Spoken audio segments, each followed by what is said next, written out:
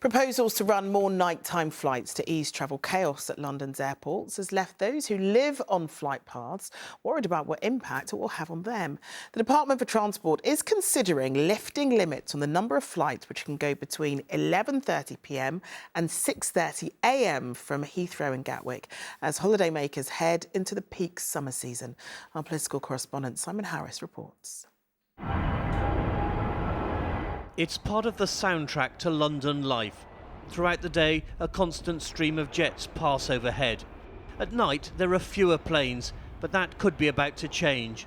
Maggie lives in Isleworth, close to Heathrow, and is chair of the anti-noise group HACAN. Most people find that if they wake up at 4:30, it's really hard to go back to sleep because you're just waiting for the next plane to come, and it's not like a continuous bit of background noise. It's an episode of noise. It's a noisy thing happening, then it goes away, then it starts up again. It's the threat of a summer of chaos at London's airports which has prompted the government to consider relaxing the rules on night flights. It's seen as a way of breaking the logjam, which has led to cancelled flights and queues. In his garden at Forest Hill in southeast London, Tim is using his phone to track the flights overhead. So this one is a Boeing 777 coming in from Phoenix. I think I'm starting to hear it now, 4,500 feet. Instead of more night flights, he thinks there should be fewer. There have been campaigns to try and persuade the government to bring in an 8-hour no-fly night, but we're nowhere near it at the moment, and this would be taking things in the opposite direction to the disbenefit of the overflown, I think.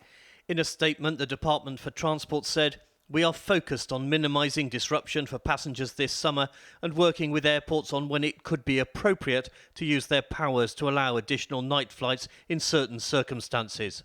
The key thing is we don't want those residents around Heathrow, those in the flight path, losing sleep and having even more inconvenience towards them. It's really important the government works with the airport, local residents and councils to make sure they get this right. Both Heathrow and Gatwick declined to comment, but the government said any decision to increase night flights would be subject to consultation. Simon Harris, ITV News. Next tonight, to the Mayor's money-saving move, which may not have been the bargain he first claimed. Sadiq Khan said relocating City Hall to the Royal Docks would save Londoners more than £60 million. An official inquiry has found that's not the case by quite some way and labelled the Mayor's claims misleading. Our political correspondent Simon Harris has more. When Sadiq Khan traded in London's iconic City Hall for a smaller model, it was sold as a way of saving millions of pounds. We expect to save more than £61 million over the next 5 years. Over 5 years, we're going to save more than £60 million. I can guarantee we'll make savings when we move to the Crystal. But moving the headquarters of the Greater London Authority from Southwark to Newham didn't go to plan. And now an official investigation by a GLA committee has challenged the Mayor's maths. The Mayor from the start has claimed it would save £61 million to move from the old City Hall to this building behind me today. But when we've looked into it, we've discovered actually it's only £37 million. So yes, still a saving, but nothing like the Mayor has exaggerated over the last 2 years. The new, smaller City Hall is a former exhibition centre in Docklands known as the Crystal. Last summer, politicians and staff were told the building would be ready for them by October. But as work to convert the building dragged on, the moving-in date had to be postponed no fewer than 5 times. Even though the building wasn't ready, some meetings were held at the Crystal at the beginning of the year. Construction workers had to down tools for 5 days, adding another £100,000 to the bill. Everybody had to stop work so that we could have one meeting. We couldn't even go into our offices. We had to come here, have the meeting and go away straight away again so that the builders could continue, or so he could save face and say, yes, we've had meetings here. It's a terrible waste of taxpayers' money. The new City Hall finally opened its doors for business in March, 5 months late. The Mayor has no regrets. The reality is we had a black hole in our finances because of the pandemic. The move has saved us over 5 years. £60 million will save us. The Assembly says that's misleading. It's £37 million. Well, we disagree. That's not new in politics. He's foolish then, isn't he? Because he's wrong. Even my political opponents have to accept on their figures, which I disagree with, £37 million saved. The old City Hall lasted less than 20 years. Today its front doors are boarded up, its offices are empty and its future is unclear. Simon Harris, ITV News, Southwark. Good evening from Downing Street. As a child, Boris Johnson once wrote he wanted to be world king. It is perhaps no surprise, therefore, that having reached the top of British politics, he is hanging on for as long as he can. All day long, the resignations have just kept on coming. 36 have now quit his government. They include Finchley MP Mike Freer, the Brentwood MP Alex Burkhardt, and the Hornchurch MP Julia Lopez. Well, this afternoon, the Prime Minister faced scrutiny from senior backbenchers in Parliament, while a group of cabinet ministers, including the very new Chancellor Nadhim Zahawi, waited for him right here at Downing Street to discuss his position. In a moment, we'll have the latest analysis from our political correspondent, Simon Harris. But first, his take on a tumultuous day that has seen resignations right across government and an increasing number of backbenchers turning on the Prime Minister. Felicity Christiana Buchan is duly elected as the Member of Parliament for Kensington constituency. When Felicity Buchan won Kensington for the Conservatives in 2019, she also picked up the dubious honour of representing the most marginal Conservative seat in London, a majority of just 150. Today, she joined the flood of resignations from the government, quitting as a parliamentary private secretary. In her letter to the Prime Minister, she said she believed passionately in Conservative values, adding, "That requires fresh leadership and it requires a new vision for the country." In her constituency, it wasn't hard to find voters who shared that view. He's been caught because every time he has said he hasn't knowledge of anything or nothing has happened, he has come basically a cropper because he basically lies. It's just an explosion that's waiting to happen, and everyone's just abandoning the whole cause. I would say he needs to leave government because it is, if nothing else, it's embarrassing. He's just a buffoon. You know, we had a buffoon in America and we had one this side of the Atlantic. Even more damaging were the resignations of ministers like Mike Freer, the Finchley and Golders Green MP, who quit the Department for International Trade. Julia Lopez, the Hornchurch and Upminster MP, abandoned her job as a culture minister, while Alex Burkhardt from Brentwood and Ongar resigned from the Department for Education.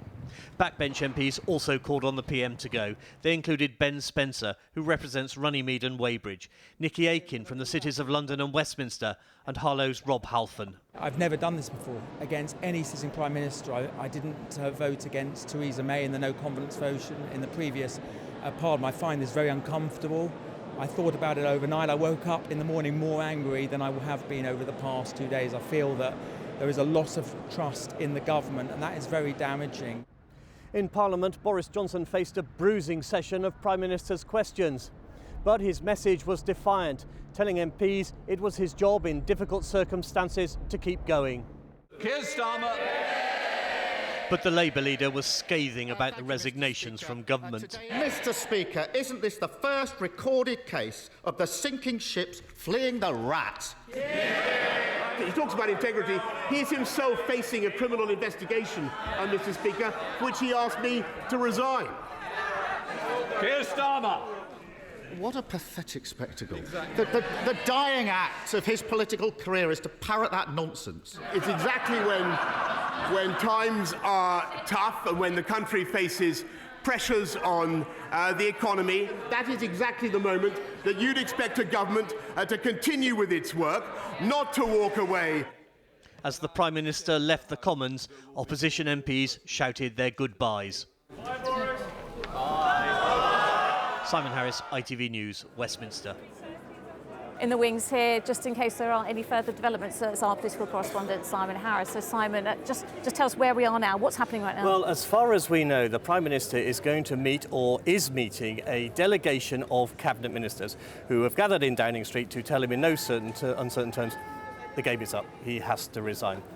We saw earlier Grant Shapps, the Transport Secretary, going into number 10. He's one of those in the delegation. So too is Nadhim Zahawi, who's been the Chancellor of the Exchequer for less than 24 hours, was this morning doing the morning broadcast round, defending the Prime Minister, is now apparently asking him to go.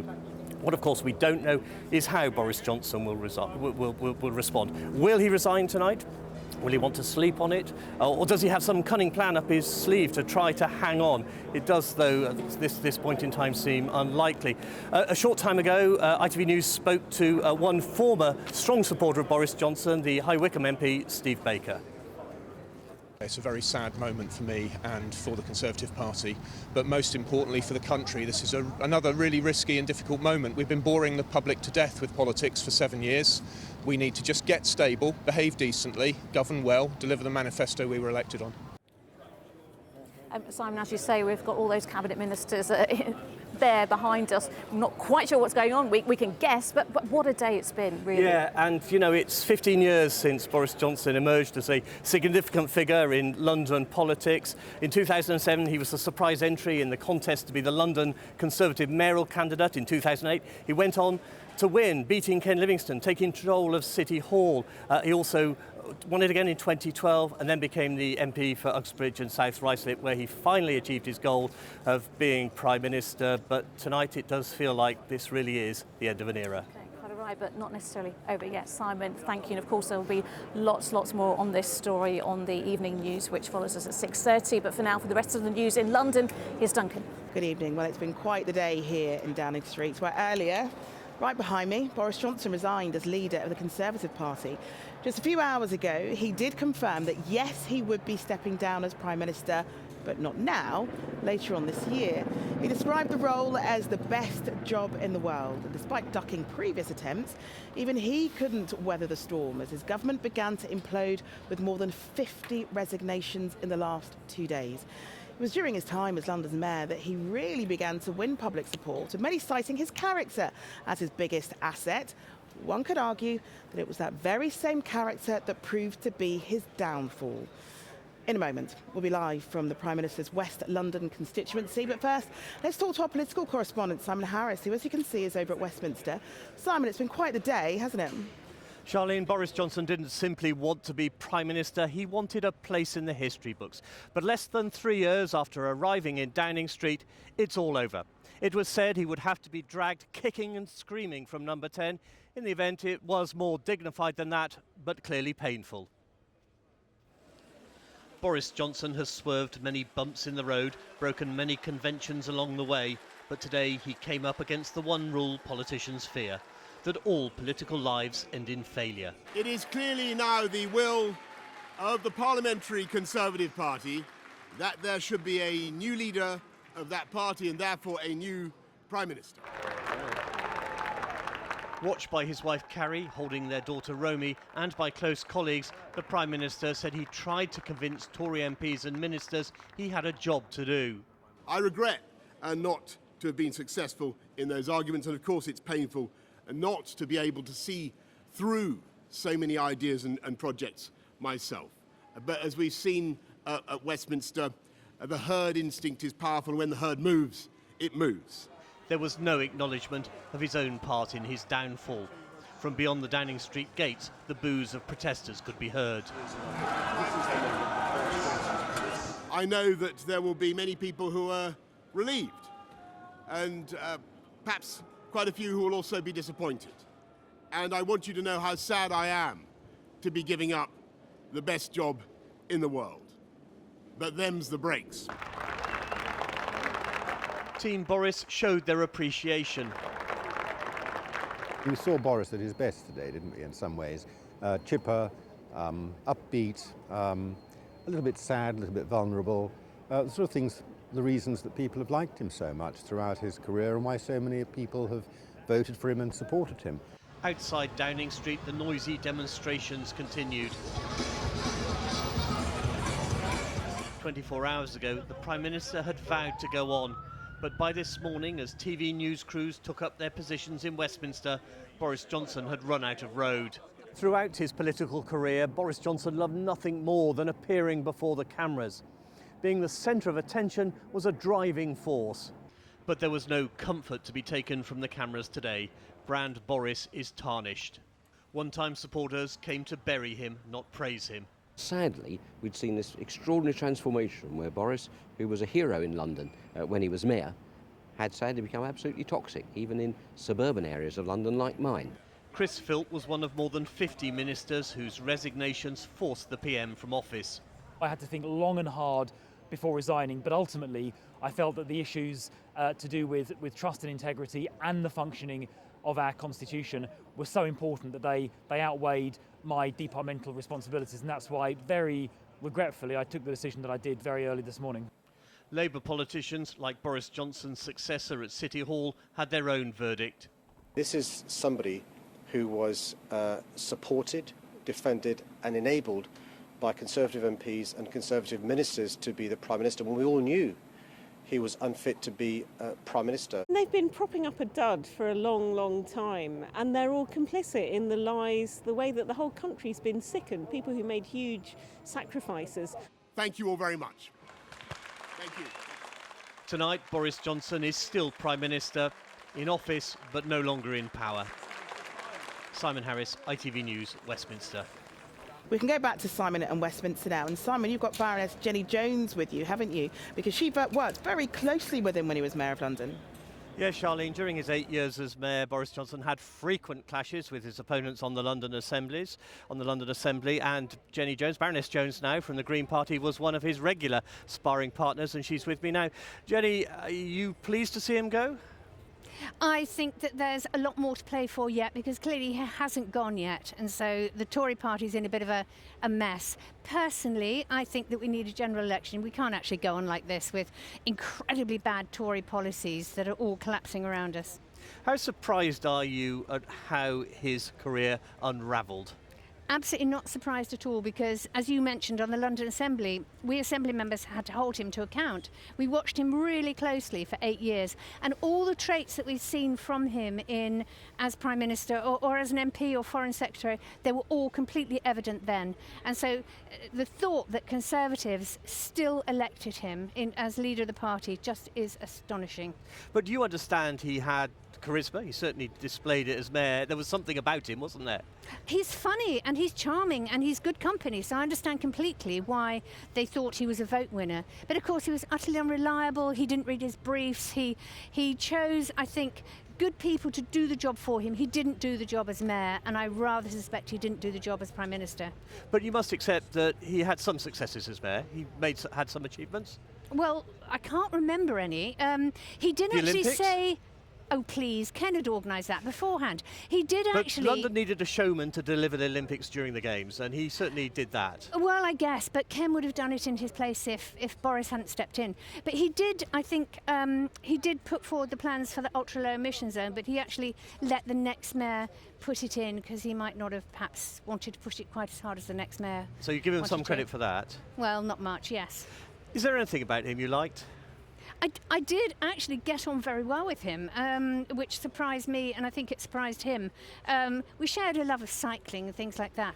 But he was not a good mayor, and it's hard for me as a politician to get over the fact that somebody is in a role that they aren't suited for. Do you think, as London Assembly members, you were able to hold him to account? No, never. I mean, I see clips now from those days. So is it any wonder that his career's ended like this, if you couldn't then? Well, it showed us what he was like, so people weren't sort of electing him blind. They could have looked at all this. I look at clips now, and we are hammering at him, and he's just brushing us off and not answering the questions, that sort of thing. Exactly how he is at Prime Minister's questions. Jenny Jones, Baroness Jones, thanks for joining us here at Westminster. Charlie. But look, Simon, before you go, I know that you've followed every twist and turn of Boris's political career thus far. So what do you reckon we can expect from him over the next few months? Well, surprising though it may sound, Boris Johnson has effectively carried out a mini cabinet reshuffle today. He's actually been backfilling some of those appointments created by the resignations of his ministers. He even held a cabinet meeting. So what's his agenda going to be? Well, he says it's going to be to carry out what he promised in his 2019 election manifesto. He's going to follow up on what he says are his main priorities, always were his main priorities. What he has promised, though, is that he will not introduce any brand new policies. All right, thanks very much for that.